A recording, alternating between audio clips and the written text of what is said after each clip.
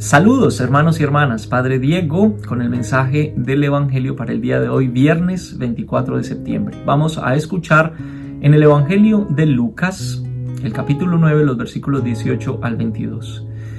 Un día en que Jesús, acompañado de sus discípulos, había ido a un lugar solitario para orar, les preguntó: ¿Quién dice la gente que soy yo? Ellos le contestaron: unos dicen que eres Juan el Bautista, otros que Elías, y otros que alguno de los antiguos profetas que ha resucitado. Él les dijo: ¿Y ustedes? ¿Quién dice que soy yo? Respondió Pedro: el Mesías de Dios. Entonces Jesús les ordenó severamente que no lo dijeran a nadie. Después les dijo: es necesario que el Hijo del Hombre sufra mucho, que sea rechazado por los ancianos, los sumos sacerdotes y los escribas, que sea entregado a la muerte y que resucite al tercer día. Como todos los demás evangelios, este también tiene una aproximación a la identidad de Jesús o a la pregunta: ¿quién es Jesús? ¿Quién es este hombre? ¿Quién es su familia? ¿De dónde viene su poder y su autoridad? Etcétera, etcétera. Y es una pregunta importante y es una pregunta que tal vez no tiene límites. La respuesta acerca de quién es Jesús es una pregunta constante que se hace la iglesia, que nos hacemos los cristianos, que se hace la historia, que se hacen las ciencias sociales, etcétera, etcétera. Los investigadores, los teólogos, los místicos nos preguntamos siempre, constantemente, quién es Jesús. No solo por su personalidad, sino también, sobre todo, por lo que él mismo revela de sí mismo. Este asunto de que el Hijo del Hombre debe sufrir y todo eso, bueno, ya llegaremos a ese asunto. Si miramos y comparamos la respuesta de la gente y la respuesta de los discípulos, es interesante que ambos ven a Jesús como una figura heroica, ¿sí? Los profetas en el Antiguo Testamento, en la mentalidad judía, en la época de Jesús, eran pues héroes nacionales, por supuesto. Y decir además, como dijo Pedro, que tú eres el Mesías de Dios, es darle a Jesús un título de poder, un título de autoridad, por supuesto. Pero después Jesús entonces dice: yo voy a sufrir, voy a ser rechazado, me van a matar y después voy a resucitar. Y por 5 ocasiones en este evangelio Jesús va a insistir en eso, en ese asunto de que él tiene que sufrir.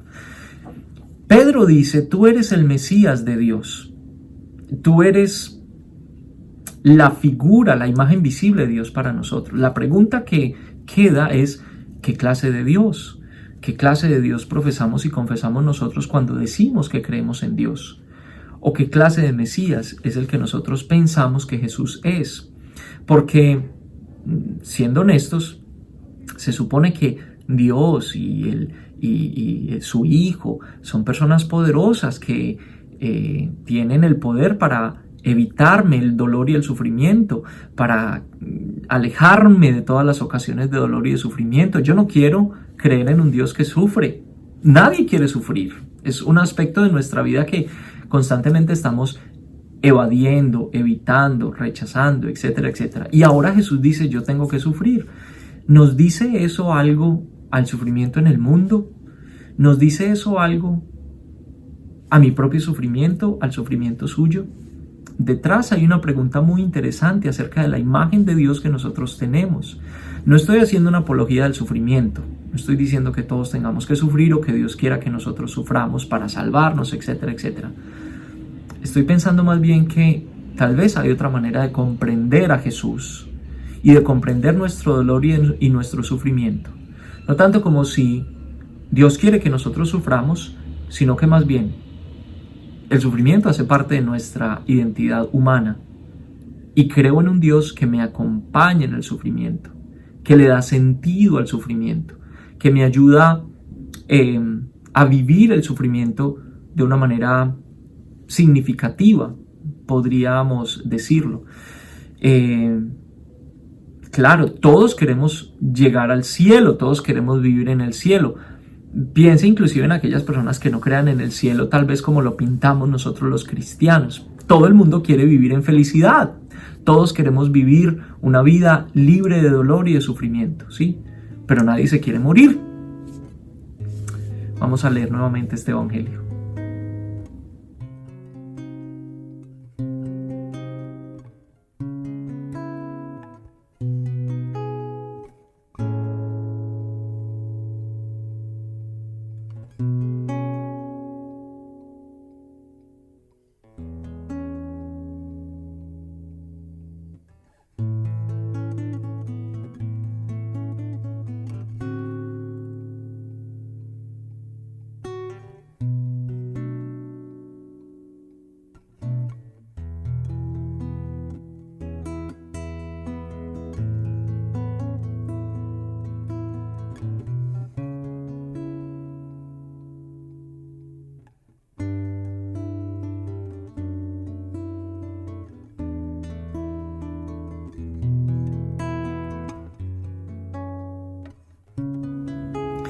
Confieso que este es un evangelio difícil, o yo lo volví muy difícil con las preguntas que estoy haciendo. Creo que el propósito del ejercicio que hacemos con la Lección Divina es permitir que estas preguntas también surjan, también se susciten. Tal vez no tengamos todas las respuestas, yo no las tengo, pero la idea no es responder a todo con unas respuestas así milimétricas, matemáticas, muy elocuentes, sino que dejar que en las preguntas vayan surgiendo sentidos, como por ejemplo, ¿por qué Jesús insiste tanto en este asunto de que Él tiene que sufrir? Tal vez quiere decirme algo distinto acerca de Dios, tal vez es necesario que nosotros comprendamos a Dios desde otra forma, desde otra manera de verlo, porque claro, Dios tiene el poder de evitarnos el dolor y el sufrimiento, pero sigue habiendo dolor y sufrimiento en nuestra vida. Entonces, ¿es que Dios no nos oye? ¿Es que Dios no nos responde? ¿Es que nuestras oraciones no son válidas? No, yo creo que más bien es que estamos entendiendo, o podríamos entender a Dios, representarnos a Dios, comprenderlo y asumirlo en nuestra vida de una manera distinta. Sigamos, como decía el Padre Pío ayer que celebramos su fiesta, orando, esperando y no preocupándonos. En lo que podamos. Un cafecito. Nos vemos el lunes con el mensaje del Evangelio. Feliz fin de semana y que el Señor los bendiga a todos en el nombre del Padre y del Hijo y del Espíritu Santo. Amén. Chao, chao.